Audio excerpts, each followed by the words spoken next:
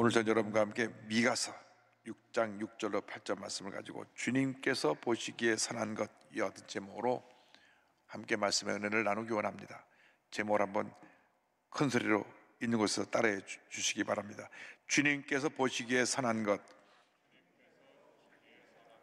주님께서 보시기에 선한 것.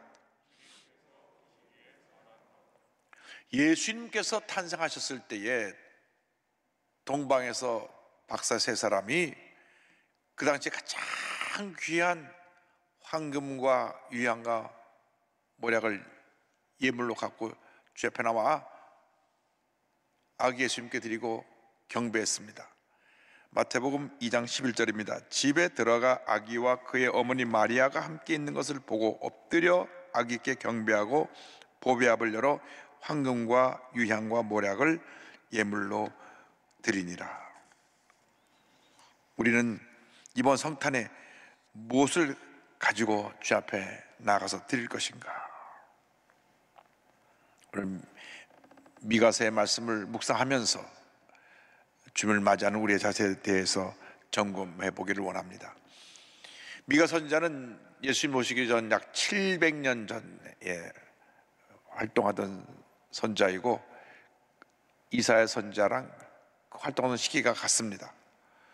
특별히 미가 선지자는 남한국 유다의 그 사회적 불의, 죄악상을 낱낱이 지적하면서 돌이키지 않으면 하나님이 심판하실 것이다, 그렇게 저들을 경고합니다. 미가 선지자가 저들에게 질문합니다. 무엇을 가지고 하나님께 나갈 것인가? 무엇을 가지고 하나님께 나갈 것인가?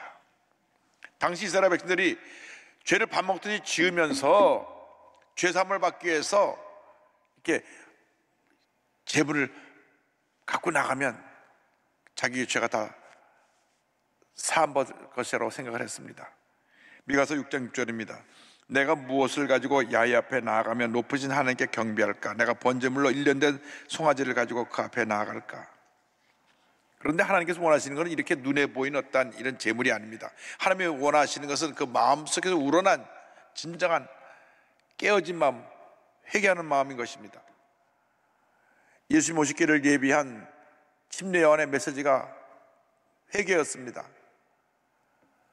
마태복음 3장 2절에 회개하라, 천국이 가까이 왔느니라 하였으니 말씀합니다. 그의 메시지는 분명했습니다. 회개하라, 회개하라, 회개하라.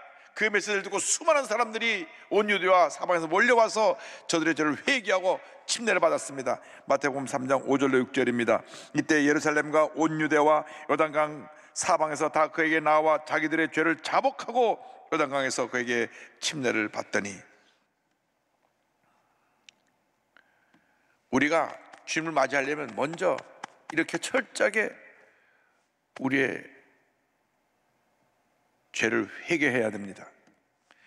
코로나 바이러스의 재앙을 지나가면서 우리 자신을 다시 한번 잘 살펴보아야 합니다. 하나님과 나와의 관계 속에 무엇이 잘못되었는가? 우리는 그동안에 너무나 풍요로움 속에서 그냥 각기 바쁜 삶을 살았습니다. 주님과 나와의 관계에 대해서 매 순간 확인해 볼 그럴 여유가 없었습니다. 그냥 무언가 바쁜 삶에 살다가 이렇게 코로나19라고 하는 재앙을 맞게 되니까 모든 것이 멈춰진 상태에서 우리 자신을 이제 다시 한번 돌아볼 수 있게 된 것입니다. 우리가 과연 그동안 주님 뜻대로 살았는가, 살지 못했는가? 주님 뜻대로 살지 못한 이 잘못된 것들을 회개해야 합니다. 성령 충만하지 못한 것을 회개해야 됩니다. 신앙의 열정을 잃어버린 것을 회개해야 됩니다. 감사가 사라진 것을 회개해야 됩니다. 기도가 소홀했던 것을 회개해야 됩니다. 주님을 열심히 섬기지 못했던 것을 회개해야 되는 것입니다. 남을 미워하고 분노하기만 하며 사랑하고 용서하지 못한 것을 회개해야 합니다. 사람들이 얼마나 고집이 강한지 절대 남을 용서하지 못하고 마음에 미움과 분노를 움켜쥐고 삽니다. 철저하게 회개하고 깨어지고 낮은 모습으로 주 앞에 나가게 되기를 바랍니다. 하나님이 원하신 것은 우리의 깨어진 마음입니다. 다윗이 하나님 앞에 회개할 때 이와 같이 기도합니다. 시편 51편 17절입니다. 하나님께서 구하시는 제사는 상한 심령이라 하나님이여 상하고 통해하는 마음을 주께서 멸시하지 아니하시리이다. 눈에 보이는 형식적인 재물보다는 깨어진 마음, 상한 마음을 주님이 원하고 계신 것입니다. 오늘 이 시간 이 주님의 음성을 듣는 모든 주님의 백성들이 깨어지고 낮아진 모습으로 주님 앞에 나아가게 되기를 주님의 이름으로 축원합니다. 깨어지고 낮은 모습으로 나아갈 때 둘째로 하나님께서 우리에게 원하시는 것이 있습니다. 먼저 우리가 회개하고 깨어진 다음 주님이 원하는 뜻을 따라 살아야 됩니다. 미가서는 주님이 원하시는 것을 세 가지로 정의해서 말합니다. 첫째로 정의를 행하고, 둘째로 인자를 사랑하고, 셋째로 겸손히 하나님과 동행하라. 첫 번째가 정의를 행하라는 것입니다. 오직 정의를 행하라. 미가서 6장 8절입니다. 사람아, 주께서 사랑한 것이 무엇임을 내게 보이셨나니 야훼께서 내게 구하시는 것은 오직 정의를 행하며. 사람들은 자기가 생각하고 자기가 보기에 좋은 대로 판단하고 결정하고 모든 일을 행합니다. 늘 마이웨이를 갑니다. 누가 뭐라 그래도 자기의 주관, 자기의 고집을 꺾질 않습니다. 내가 원래 하던 대로 그냥 하는 것입니다. 그런데 우리 예수 믿는 사람들은 그렇게 살면 안 됩니다. 예수 믿기 전에는 그렇게 내 고집대로 살았는지 몰라도 예수 믿고 난 다음 내 뜻이 아니라 주님 뜻이 어디인가를 살펴보고 주님 보시기에 주님이 기뻐하시는 모습, 주님이 아름다워하시고 주님이 보시기에 살아나가는 그 모습으로 살아가는 우리 모두가 되어야 합니다. 그것이 바로 주님 앞에 의롭게 사는 것입니다. 바르게 사는 것입니다. 정의라고 할 때 이 정의라고 하는 그 의미는 뭐냐? 나의 책임을 다하는 동시에 각자에게, 특별히 약자에게 주어진 권리를 존중히 여기고 보호해 주는 것입니다. 그래서 정의가 살아있는 나라에서는 약자들이 우선적으로 보험을 받게 됩니다. 어린아이들, 몸에 장애를 가진 사람들, 그런 사람을 위한 혜택이 잘 돼 있는 나라가 정의가 바로 서 있는 나라입니다. 성경에서는 사회적 약자인 고아와 과부, 이방인들을 돌보라고 여러 곳에서 말씀합니다. 신명기 14장 29절입니다. 너희 중에 분깃이나 기업이 없는 레위인이나 내 성중에 거류하는 객과 및 고아와 과부들이 와서 먹고 배부르게 하라. 그리하면 내 하나님 야훼께서 내 손으로 하는 범사인에게 복을 주시리라. 신명기 24장 17절입니다. 너는 객이나 고아의 송사를 억울하게 하지 말며 과부의 옷을 전당 잡지 말라. 우리가 사회적 약자를 돌봐야 되는 것입니다. 성경에 말하는 고아와 과부와 이방인뿐 아니라 오늘날 힘들고 어려운 삶을 살아가는 우리 주위에 있는 많은 고난에 처한 분들을 예수의 사랑으로 돌봐야 합니다. 추운 겨울을 보내야 되는 독거노인들, 소년소녀 가장들, 외국인 노동자들, 몸에 장애를 가진 분들, 탈북 세터민들, 노숙자, 미혼모 등 우리 주변에 고개만 들리면 우리가 사랑을 보살펴 줄 분이 얼마나 많은지 모릅니다. 그동안 한국의 교회들이, 특별히 보수적인 교회들이, 대부분 한국 교회가 한 7, 80%가 보수적인데 믿음으로 구원받는다는 이 개인 구원에만 너무나 초점을 맞추는 바람에 이 사회 구원을 등한히 했습니다. 물론 예수 믿고 천국 가는 것은 복음의 핵심입니다. 그런데 그것만 강조했어요. 이 세상 살아가는 동안에 예수 믿고 구원받는 것 중요하지만 동시에 사회의 정의를 실천하는 것, 가난하고 소외되고 어려운 사람을 돌보는 것, 이것을 같이 힘썼어야 되는데 그동안 소홀히 한 점이 많습니다. 감사하기는 이번에 코로나19라고 하는 이러한 재앙을 맞이해서 하나님의 교회가 강제로 흩어졌기 때문에 흩어진 교회가 이제는 고개를 돌려서 우리 주변에 어려운 사람들을 사랑으로 섬겨드릴 것입니다.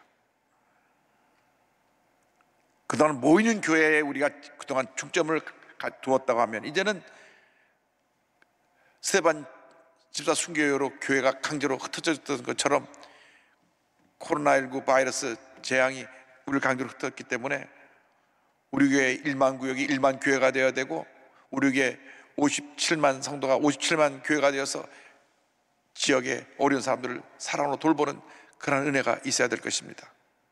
두 번째로는 인자를 사랑하라고 말씀합니다. 6장 8절입니다. 인자를 사랑하며, 여기 인자를 사랑한다는 말은 두 가지 내용입니다. 하나님과의 관계에서는 사랑과 순종, 충성의 모습이요, 이웃과의 관계에서는 자비를 베풀고 사랑을 실천하는 것입니다. 인자라고 하는 표현이 조금 구체적인, 사랑의 구체적인 모습입니다. 좀 자비롭다 하는 단어와 더 가까울 수가 있습니다. 오늘날 우리 사회에 많은 문제가 이 자비함이 없어요. 너무 무자비합니다. 남을 죽여야 삽니다. 편을 가려고 내 편이 아니면 그냥 끝까지 그 상대편을 짓밟고 고통을 줍니다. 이것은 진정한 인자가 아닙니다. 하나님과의 관계 속에서 먼저 하나님 앞에서의 사랑과 순종, 충성의 모습을 보여드려야 되는데, 예배 잘 나오고 11조를 드린다고 해서 그것이 하나님 앞에 인자의 모습을 보여주는 것이 아닙니다. 우리가 세상에 사는 동안에 이 세상에서 빛과 소금의 역할을 감당하는 우리 모두가 되기를 원하시는 것입니다. 주님 앞에 나올 때 그냥 나오는 것이 아니라 일주일 동안 사랑의 열매를 갖고 나와야 됩니다. 주님, 내가 일주일 동안 이렇게 사랑을 실천하다 주님 앞에 나왔습니다 하는 그런 모습으로 나와야 되는 것입니다. 코로나19가 장기화되면서 우리 주위에 얼마나 많은 사람들이 힘들고 어려운 시간을 보내고 있는지, 그들을 향해서 우리가 사랑을 베풀고 그들에게 인자와 긍휼의 모습을 실천할 때 그것이 하나님 기뻐하시는 사랑의 열매가 되고 인자의 열매가 되는 것입니다.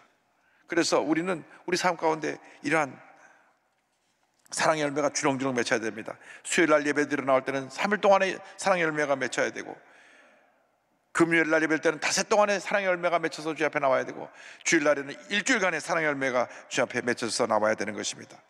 이렇게 인자를 사랑하라고 하는 것은 하나님과의 관계 속에서 이웃과의 사랑의 관계를 열매 맺는 것을 의미하고, 누가복음 10장 27절은 주님이 이렇게 사랑의 정의를 말씀하고 있습니다. 내 마음을 다하며 목숨을 다하며 힘을 다하며 뜻을 다하여 주 너의 하나님을 사랑하고 또한 네 이웃을 내 자신같이 사랑하라. 온 세상이 사랑이 없어 병들어가고 있는 것입니다. 사랑만이 이 세상을 치료하고 변화시키는 것입니다. 히브리서 13장 16절은 말씀합니다. 오직 선을 행함과 서로 나누어 주기를 잊지 말라. 하나님은 이 같은 제사를 기뻐하시느니라. 소외되고 어려움에 처한 이웃에게 최대한의 사랑을 베풀고 그들을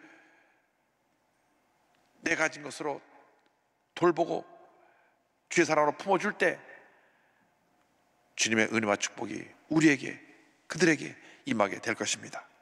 나아가서 겸손히 하나님과 함께 행하라고 말씀합니다. 우리가 정의롭게 살고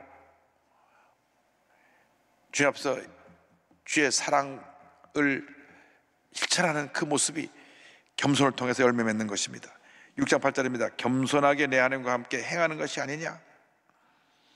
겸손하게 하나님께 함께 행하는 것은 정의를 행하는 것과 또 인자를 사랑하는 것을 실천하게 하는 힘인 것입니다. 우리가 아무리 바르게 산다 그래도 내가 교만하면 그 바르게 사는 것이 아무런 효과를 맺지 못합니다. 나타내지 못합니다. 내가 사랑을 실천한다고 하면서 내가 하면 그 교만 때문에 그 사랑이 묻혀버리고 말게 되는 것입니다.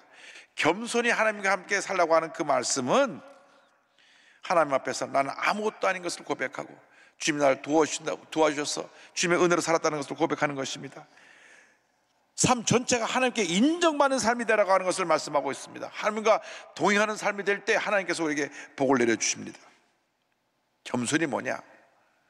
모든 것이 주님의 은혜입니다. 이것이 겸손입니다.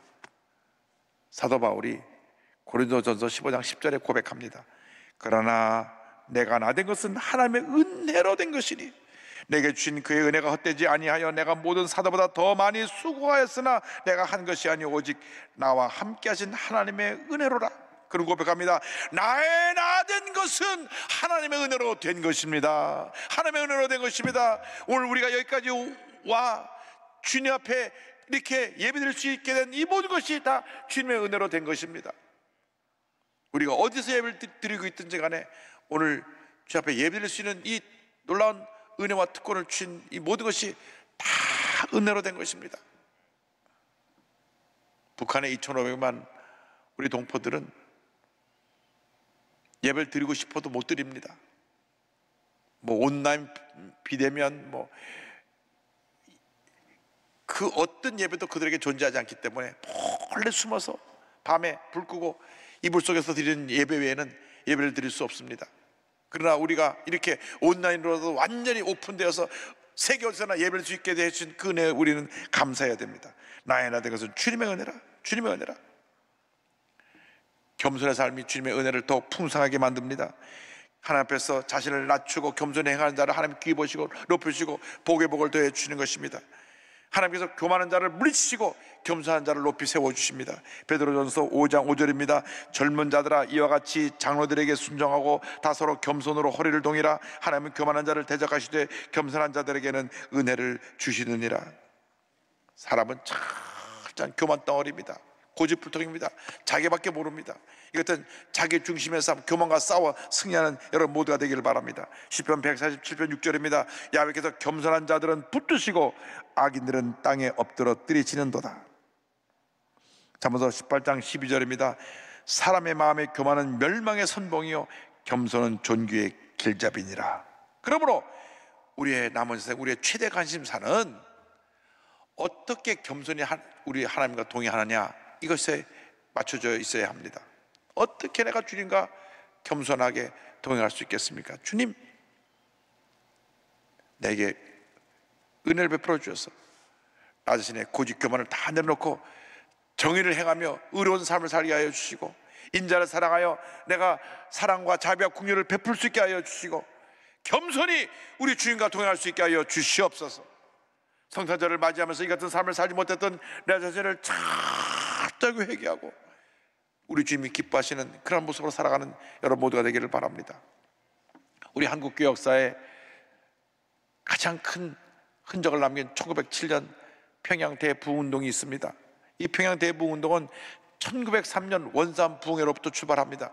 1903년 가운데에서 사역했던 하지 선교사님이 중국에서 사역하시던 화이트 선교사님이 오신 것을 계기로 해서 같이 모여 기도회를 갖게 되었습니다. 선교사님들이 다 함께 모여 기도회를 갔는데 선교사님마다 한 시간씩 돌아가면서 말씀을 전하고 모여서 기도하는 그런 선교사 수련회를 가졌습니다.